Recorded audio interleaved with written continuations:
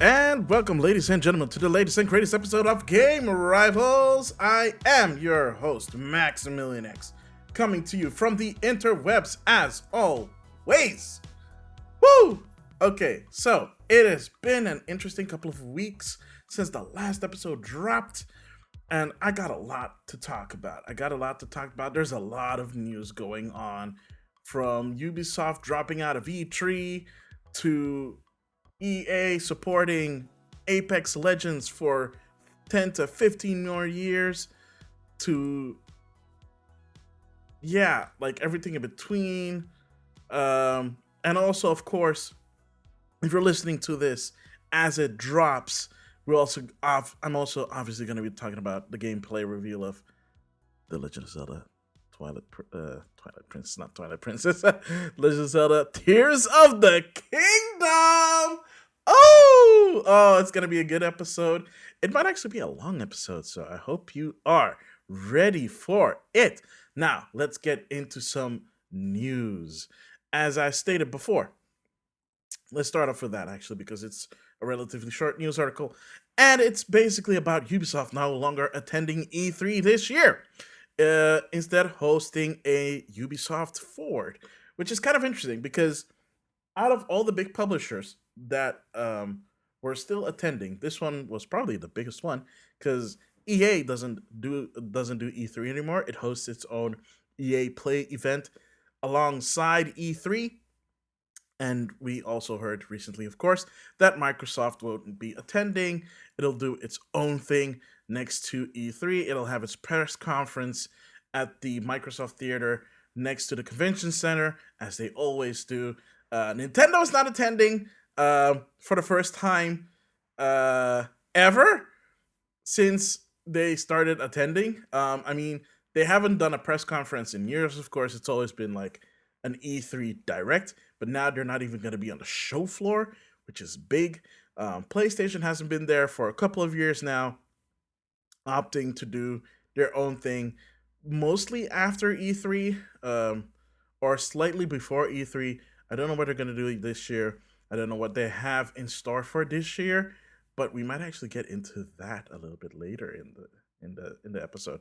But yeah, Ubisoft no longer attending, which is kind of funny because they did say that they were going to be attending this year's E3, but they have made a move into a different direction. They'll be holding a Ubisoft Forward live event on June 12th in LA. So they will be in LA. They're just not having a presence on the show floor, just like the others that I just mentioned, which is very interesting because then, like, what big publishers are left that are attending E3? I don't know. They're all doing events around E3, but just not on the show floor instead. And some probably won't even show up at all. I wonder if Nintendo's even gonna do something. I think at best, if Nintendo is gonna do something, it's probably gonna be like a direct, maybe a Treehouse Live from their Redmond offices, and like just keep it at that. I don't know what Nintendo's doing. Nobody knows what Nintendo is doing. It is a mystery. It is a mystery. You know what's not a mystery though? Respawn opens a third studio to keep Apex Legends going for another 10 to 15 years, which is probably saying a lot about Respawn, or actually more specifically, let's talk Apex Legends. So apparently it's doing really well. Guys, Apex Legends is doing really well. Because if they weren't, they wouldn't invest in opening a third studio that is being helmed by a veteran of the industry. This will be headed by Ryan Burnett, who, as the studio director, the prior positions that he's had was at Epic Games as a director for the engine production. He also spent 14 years at the Call of Duty studio Raven Software, um, as one of the lot of things that he's done that's under his belt. So he knows what he's doing. That's basically what I'm saying. He has the experience needed to run a studio like this. This new studio will be headed from a new branch in Madison, Wisconsin, which apparently a lot more studios are coming out in Wisconsin, which is interesting. I did not expect Wisconsin to be a place where game studios would flourish, but here we are. Just a quick quote from them. Wisconsin is quickly becoming a central development hub here, he says. I've been here a long time working on FPS games, so we think there's a really good hotbed for talent here we can pull from. End quote. So that's from Ryan Burnett himself. And well, if that is true, Ryan, I hope you get a lot of talent that'll help you boost the franchise. Basically, what they're going to be doing is not just doing, the standard upkeep of a live service. They're actually going to be working in concert with the other Respawn studios that are working on Apex Legends, and they're also going to be contributing game ideas as well as ideas for seasons um, for the foreseeable future, which is pretty cool because normally when a company opens a studio specifically to support a live service game, all they're doing is just maintaining the game, and not really contributing anything to the creative process. So it sounds like they will be contributing to the creative process of Apex Legends for at least the next 15 years, which probably means that Apex Legends isn't going anywhere anytime soon, which is good for the fans and of course good for the developers because the developers have put a lot of effort into making Apex Legends what it is today, despite the fact that they're shuttering the mobile version, which did anybody play the mobile version? I don't know. um, I I certainly did not. uh, if you know what I'm saying. I mean, I think I touched upon it a while ago. I do not I do not remember a lot of it. This I played the Switch version like for a hot second. That yikes, yikes! If there was a game that really needed a Switch with more powerful hardware, it was probably Apex Legends, and obviously, of course, games like maybe um, The Witcher 3, but I digress. It is good news. It is good news for these people. That means that more people in the games industry will be seeking jobs and either move to Wisconsin or Wisconsinites will be able to get new jobs closer to them, which is nice. Congratulations to them. But they're not the only developers and creators that are being supported by a big company.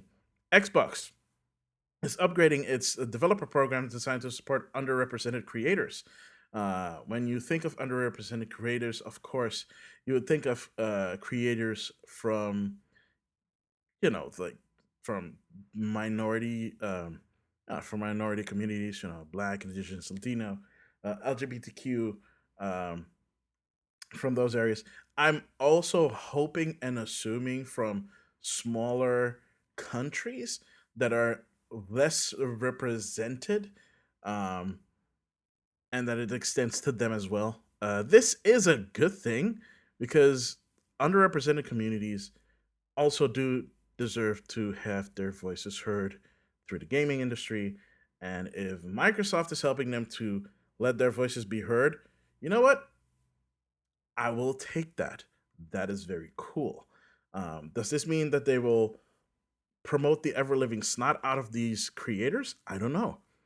I guess we'll wait and see because, you know, this is something that they've just adapted to.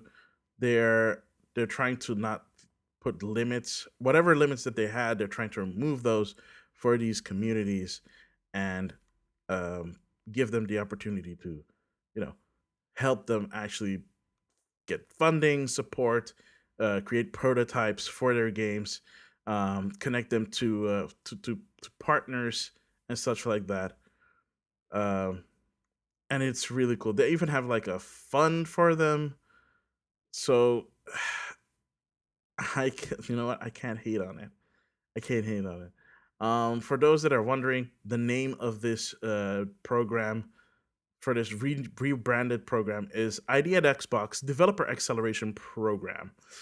So, for people who probably already know the ID at Xbox developer program that existed before, that helps indie developers create their games and publish them on Xbox. Xbox helps them get their games published and stuff like that. But they're expanding their reach basically with this new revamped version of it, which is pretty gosh darn cool.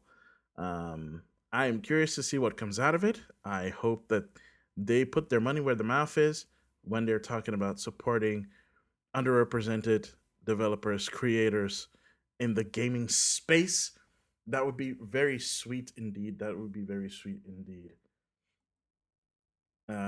Less, less so sweet is Amazon basically following suit with every other gosh darn Silicon Valley company out there in firing a bunch of people.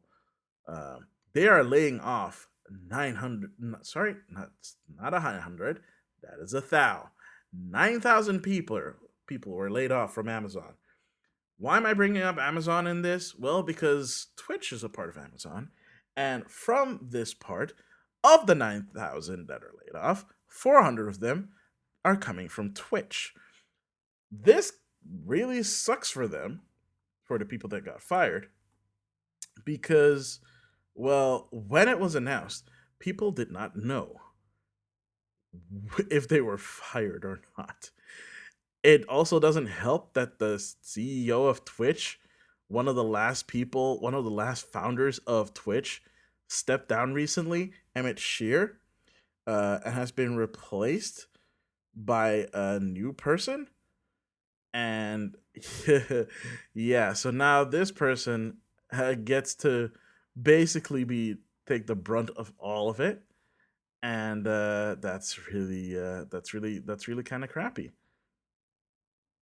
Um, so yeah, 400 people are being laid off despite the fact that Amazon made a lot of money, as per usual.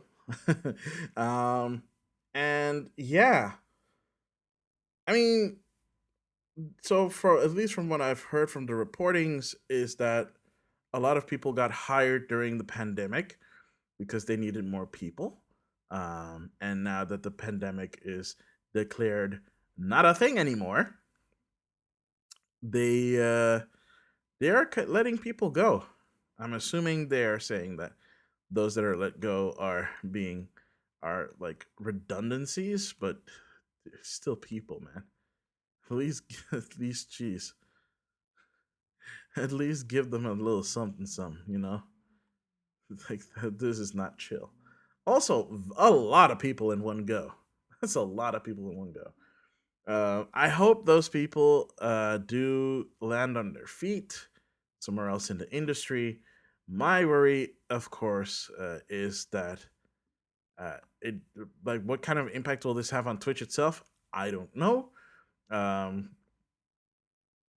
yeah, so yeah, I don't know. I legit do not know. Uh, it cut a lot of like they've been cutting a lot of jobs lately in the tech industry, and this is just another casualty of that. And that kind of yeah, that just sucks. That just sucks.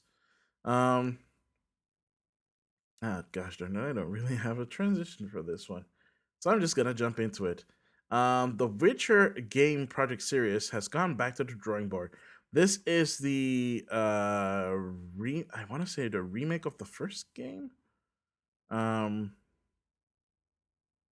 yeah, hang on, let me see. Yeah, so no, so this was a new game project in the Witcher universe that was going to be something very ambitious apparently, and yeah, they evaluated what they where they were at with the game, and yeah, it wasn't doing what they wanted. So they said, you know what? we want to go back to the drawing board and start fresh. We want to we want to deliver something good. This is not it. The If we continue on this path, it's not going to be good. So they're going back to the drawing board, which is fine because we didn't know anything about the game anyways. Um, it was announced last October, so if they're going back to the drawing board now, the fact that it's called Project Sirius means that it didn't have there wasn't anything solid to work with, right? There wasn't anything that they had that would that you would say like, oh, it's good. Let's move forward with that. So if they're saying we're going to start from the drawing board, that's fine. That's fine. They're probably still early in development when they started over. At least they started over in a period not halfway through a project, only to either commit to something that they know is not going to be well, or having to start over and having fans wait for even longer. Honestly, it doesn't really matter considering the buttload of project that CD Project Red announced last October alongside Project Sirius. Um, don't forget they're remaking the first game. They are making of course, the Witcher 4, which is apparently going to be a whole new story. A bunch of spin-offs. It's gonna be crazy at least for the foreseeable future for Project CD Red. And you know what? It's fine if one project has to be reset, so be it. You know, at least it's not accidentally being leaked that it's coming out earlier. They just announced it themselves. Unlike the alleged release date of Marvel Spider-Man 2. Okay, I'm sorry. Okay, I'm sorry. Yeah, so if you haven't heard about this one, the voice actor for Venom in Marvel Spider-Man 2 from Insomniac Games, uh Tony Todd, posted something on Twitter when someone asked him about like, "Hey, when's the game is going to be out?" He responded to it on Twitter, which which he has taken down as of this recording. But we still have it here because you know the internet never forgets. Quote: "Looks like September. Massive publicity coming in August. Commercials start dropping in August, so I'm told.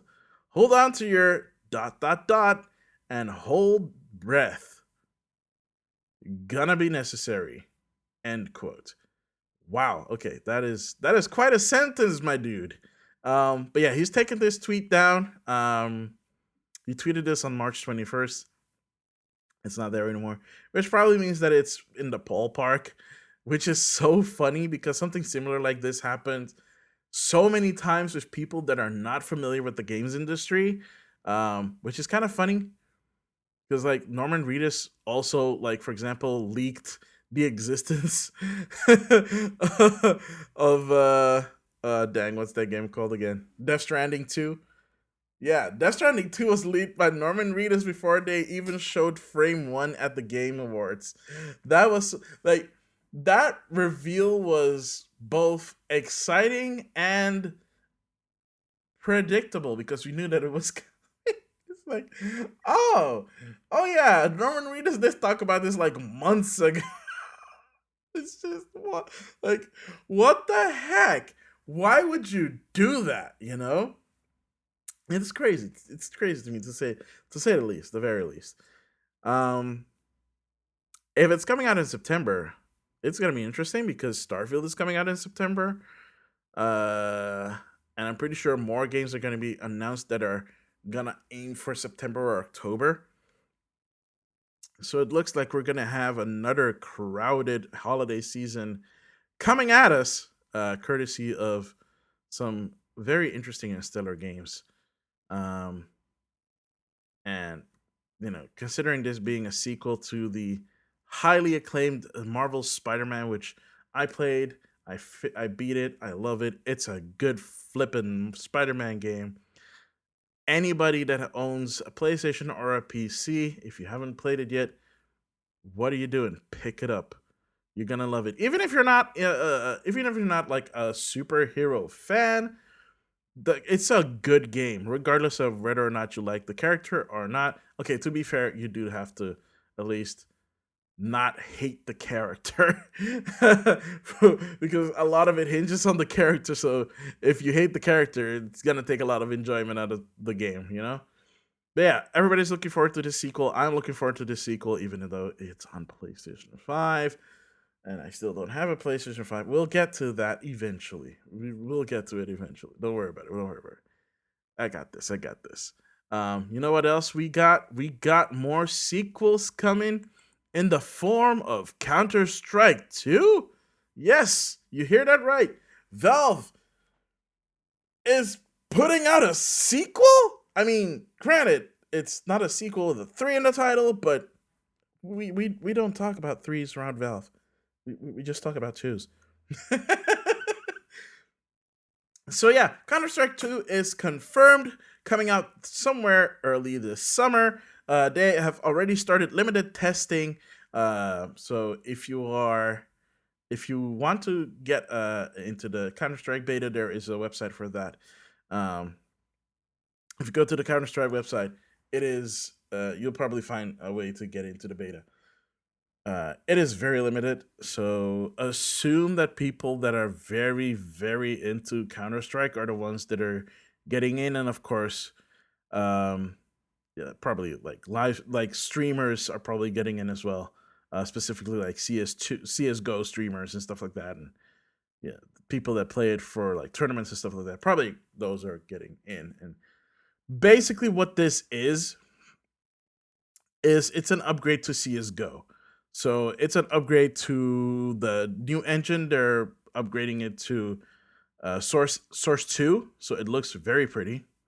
They're adding a bunch of stuff to it as well in terms of like the technology side. It's like way better.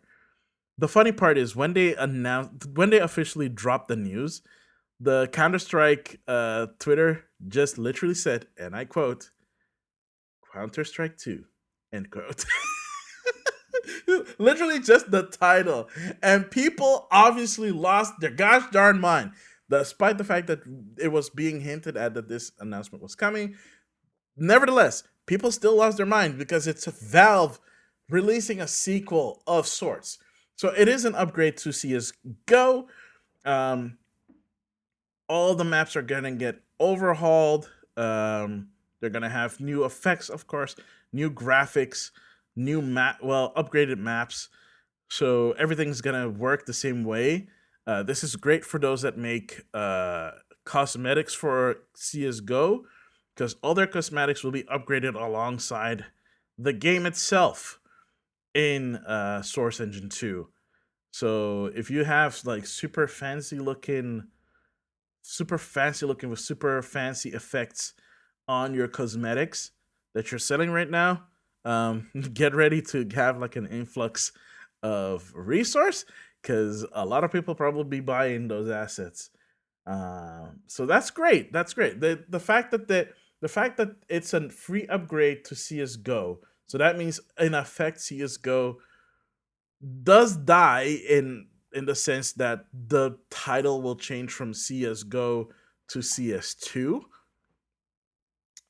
That's pretty cool. They don't have to worry about anything. Uh, I'm sure they are changing stuff to the like to the physics, some stuff to the physics and stuff like the responsive smoke that uses dynamic volumetric smoke. So it actually like if you shoot through it, it like the smoke like pierces through and you can see through it. You can blow the smoke away temporarily, stuff like that. Some interesting stuff going on there. I haven't played CS:GO since the olden days before before I don't even know which version of CS:GO that I used to play when I was still uh doing my IT course back in the day. We were talking about like at least what 15 years. Oh geez. Okay. So yeah, I have no idea. I haven't touched Counter Strike in so long. I wouldn't even know what to do with it. I wouldn't even know what to do with it, and that's fine. That's fine. It's for those people, for people that like it. It's a great thing. It's a good thing. You know what else is also a good thing? Well, actually, no, no, no. Damn it, I misread it again. Damn it, I don't have a good transition for this, so I'm just gonna jump straight into it. Long live eShop on Wii U and 3DS. You will be missed. So, as of March 27th, 2023, the eShops on the Wii U and 3DS are no more. It is a sad state of things. It really is, because those were the only systems that Nintendo had that still had Virtual Console. And now the Virtual Console is officially and truly dead. They are gone. They're gone the way of the will o wisp. Not the will o wisp still exists, but you get my point. I was trying to be poetic. I was trying to be poetic about this. I spent the last weekend buying a bunch of virtual console games on my 3DS and 3DS eShop, like exclusive stuff, and also stuff that was discounted. They discount, like, a lot of developers discounted a lot of their stuff on the 3DS, which is so good. Unfortunately, the same could not be said about the Wii U eShop. Not a lot of discounts going on there. Also, not a lot of games left there, which was surprising to me. Maybe I was not looking hard enough because I was focused on virtual console stuff. Unfortunately, it did not have like the monetary means to get all the games that I wanted. Picked up a few stragglers that I was like, you know what? At least I'll have this. And yeah, I mean, it's one of the reasons why I bought uh, the the the Fatal Frame game on Wii U, because I wanted the specifically that version, because that version has Nintendo content, whereas the remake on Switch does not have that content. So it's a unique version of that specific game. Stuff like that. It's just, it is such a bummer that they had to do this. They really didn't have to do this unless they were like contractually obligated to do so. I don't know. Maybe like the licenses all expire around the same time and they didn't want to re up.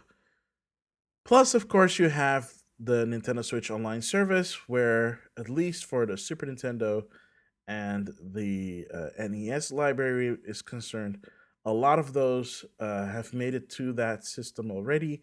Some even more obscure games have made it to the Nintendo Switch Online service, but not a lot. We're still missing like a whole bunch of stuff that we used to have on the Wii Shop channel in terms of virtual console games that are not on these services. And let's be real, the service has been really slow. They finally added like Game Boy and Game Boy Advance and N64 and Sega Mega Drive, which, by the way, they haven't added to the Mega Drive in like forever, so I don't know what's going on there. At least we're getting some releases on the N64, and the Game Boy Advance and Game Boy stuff is very new, so we're probably going to get a bunch of games before they stop doing that as well. We actually got a new game recently for the NES. Xevious got recently released for the service, which is interesting to me because it's been a while since they've released anything. And it's also another game on the Super Nintendo. I don't remember which one. Um, but yeah, the 3DS had such an amazing library. The Wii U had a decent library for the life that it had, which was very brief and not a lot of games having released on it. The 3DS, however, had a lot of games released on it. Not all commercial games were released on the eShop, but those that were released on the eShop, at least there was some convenience in that. Um, I made sure to get all the Pokemon games that I was still missing so that I could actually work towards creating a living dex in Pokemon Home. I'm pretty close. I'm pretty sure I'm pretty close to actually having a living dex, but I haven't sorted out all my Pokemon on there yet. But I know that I'm missing a bunch of stuff that are still like trapped in there. So I would just like I bought Pokemon Crystal and Pokemon Gold because they're still like overlapping certain thingies in there, and yeah. I also bought the Legend of Zelda Majora's Mask because I hadn't picked that one up, which is still. I kind of wish I bought it physically now because if the eShop download servers ever go down, that's it. It's game over. One thing that I did learn about before the eShop shut down. So when the 3DS originally released, the 3DS could only use could only use SD cards of 32 gigabytes. Even when the new 3DS came out and switched to micro SD, that was the limit, 32. At least that is what I was assuming. I found out before the weekend that the 3DS can actually hold way more, like at least 128 gigabytes. And I had to make sure that this was true. So I pulled out my 32 gigabyte micro SD card, which was really full, and I couldn't download any other game on my new 3DS. I put in a clean 64 gigabyte, made sure it was properly formatted. I put it in, and what do you know? I had a ton of blocks available to me. So I copied over everything from my 32 gig to the 64 gig. I slapped it in my 3DS, and all of a sudden, I had enough space to download everything I ever wanted. So now the games that I wasn't able to download before or had to remove because it was full, I can now actually put on my 3DS. So I'll be doing that over the next couple of days so that they're all there. And if it's still not enough, I'll upgrade to I think I have a 128 gigabyte as micro SD card lying around somewhere that I could probably use, which is great. I didn't know that they did that. I don't think it was ever really announced. If it was, I missed that. But I'm so glad that they actually updated it so that it does accept bigger micro SD cards. I can't say the same thing for the classic. So if you have like a regular 3DS, I don't know if it does the same thing because the regular 3DS actually uses regular SD cards. And those do kind of sort of work differently. But I don't know. We'll see. Anyway, rest in peace, eShop on Wii U and 3DS. You will be sorely missed. Virtual Console, thank you for the services that you've brought to us. Oh, and if you do want to see what it looks like when someone owns all the digital stuff from the eShop, the completionist made a video about him and his team buying literally everything off both eShops. It's up on, of course, on their channel. If you just Google the completionist, you'll find it there. So yeah, that is super crazy and super exciting.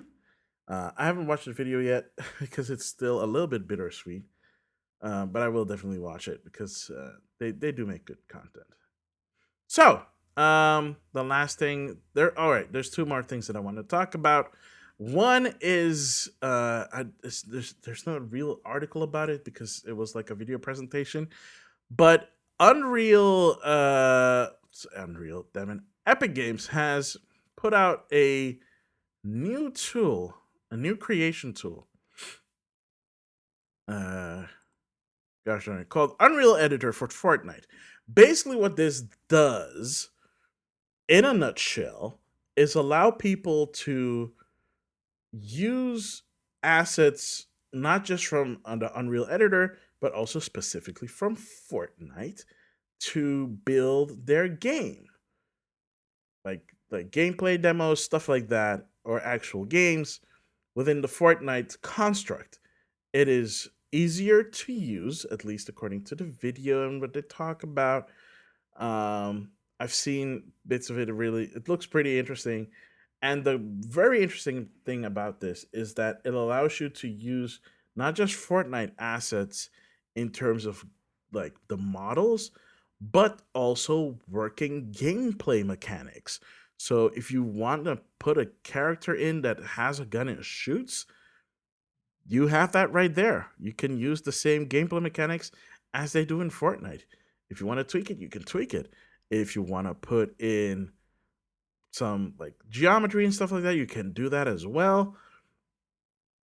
It's all supposed to be very intuitive and also, most importantly, free to use for all developers, big and small, in the Unreal Engine 5.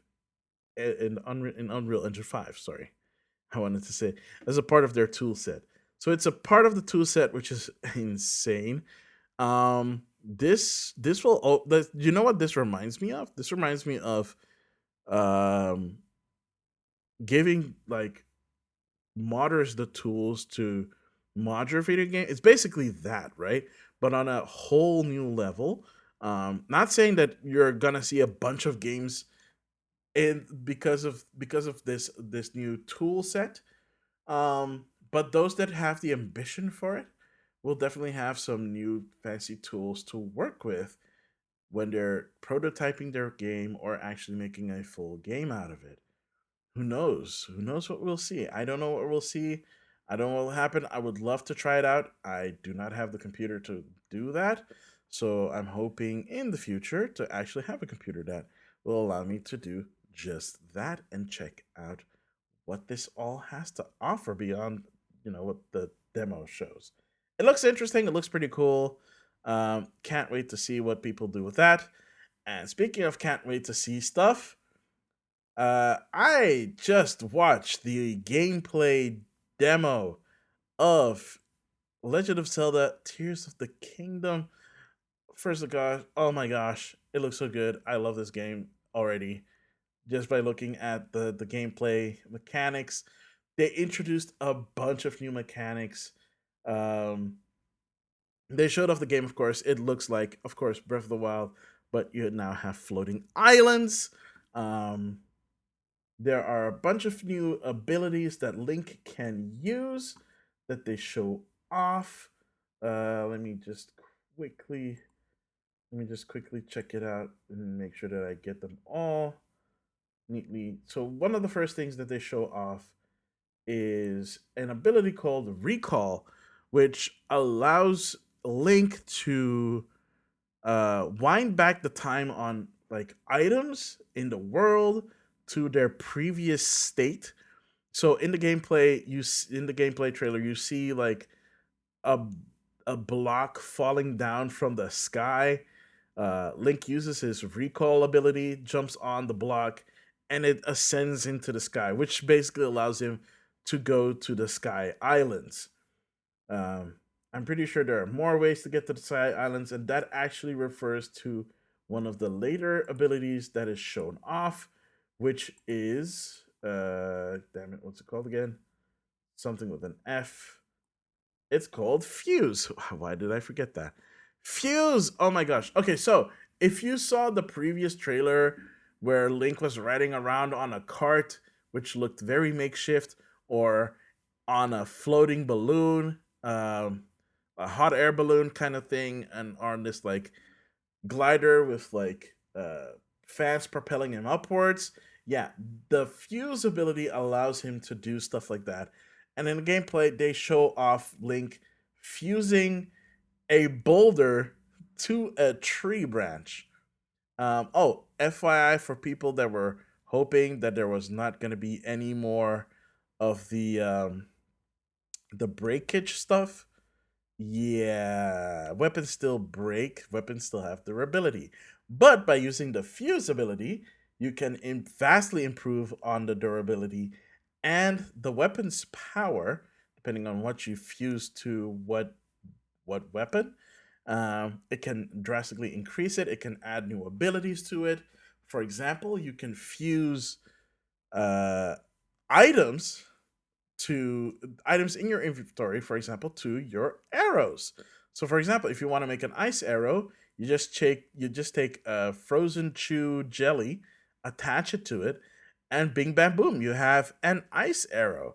Or you can take a key's eye, which is usually used for like potions and stuff. You can attach that to your arrow, and bing bam boom, now you have a homing arrow. It is crazy. I'm so curious to see what else other items do with this ability. There were even enemies can use fused items. So it showed off like a construct enemy that used a stick fused with like a plank, and what it did was, it whenever the enemy swung this item, it would blow Link away with a gust of wind, kind of like the fan thing. It's kind of funny. It look kind of funny. It's crazy. It's crazy that it's there. It's pretty cool. Another ability that they showed off was the Ultra Hand, which allowed Link to attach and reattach items with the fuse ability, and build constructs like the car that you saw in the previous trailer, and all the other constructs that you saw there, with items lying around in the world. In this gameplay demo, specifically made a raft that was powered by two giant fans to bring them from point A to point B. It looked very funky indeed. Made another raft with four fans and a sail attached to it. So the sail allowed him to sail across the water, but then when you smack the fans, it turns them on, and then all of a sudden you have a hovercraft. It's so crazy. I swear, the first person to build like a mech with this gets a cookie from me. For real. Gets a cookie. The last ability that they showed off was this ability called Ascend. Now, Ascend is pretty cool because what it does essentially is, if you're standing underneath a structure with a ceiling, what it allows you to do is to jump straight up and crawl through the ceiling. Now, if you remember one of the first, not the first, but like the first trailer that showed off the world of Tears of the Kingdom, at the end of that trailer you saw like Link popping through like the ground like a sky island. That's basically that ability. This also allows you to go into a cave of a mountain, and then aiming towards the ceiling of the cave and letting Link essentially ascend through the cave's ceiling all the way to the top of the mountain where the ceiling ends. So, if you ever wanted to climb up a mountain in Breath of the Wild, but you were hammered down by rain that kept pushing you down, and it took forever, and your stamina was running low, this does not eat up stamina. It just brings you from point A to point B, and I love it. I know a lot of fans are going to be happy that this is an ability that you can do. Just make sure that whenever you find a mountain, that you find a cave that you can swing through. That's kind of pretty much it. They showed off a new limited edition, well, not limited edition, a new themed Switch, a new themed OLED Switch that was leaked a long time ago, but then was like, oh, they didn't show it off during the last Nintendo Direct, so maybe it's not real. Nope, it's real. It's real. And there's also a themed Pro controller and a three themed pouch for the Switch. I'm really looking forward to getting the Pro controller. It looks really nice. If you don't have a Switch yet, or if you don't have an OLED Switch yet, this is a pretty good, cool one to get. The designs are really cool. If it's your thing, of course, get it. Uh, Tears of the Kingdom looks so good. It's only a couple of weeks away, people. May 12th couldn't come soon enough. Oh my glob. Oh geez. Okay. I don't know what else to there is to it. But all I can say is it's probably gonna be great. I've made sure that I have time off for that. So I'll definitely be streaming that on my Twitch, twitch.tv/Maximilian_X is where you can find me for there. And that is gonna do it for this episode of Game Rivals. I already told you one of the places that you can find me. You can find me also, of course, on Twitter at Maximilian. You can find me on Instagram at Maximilian_X. You can find Game Rivals, of course, on every place that podcasts are available. We are on Google Podcasts. We are on Spotify. We are on Apple Podcasts. We are on Overcast, Pocket Cast. You name it, we're probably there. We're also on YouTube, youtube.com at Game Rivals. Very easy to remember. We're also, of course, on Twitter at game underscore rivals underscore. Um, we'll be back on Instagram, and I don't know what I'm gonna do with that. That's a whole thing in and of itself. But yeah, you can also email us at gamerivalsfeedback at gmail.com if you want to ask some stuff there as well. So that is it pretty much. Thank you so much for listening. Thank you so much for leaving a review on Apple Podcast. It helps with visibility. Uh, and I guess that's going to do it for me. I have been and always will be Maximilian X, and I'll see you lovely people again next time. Later.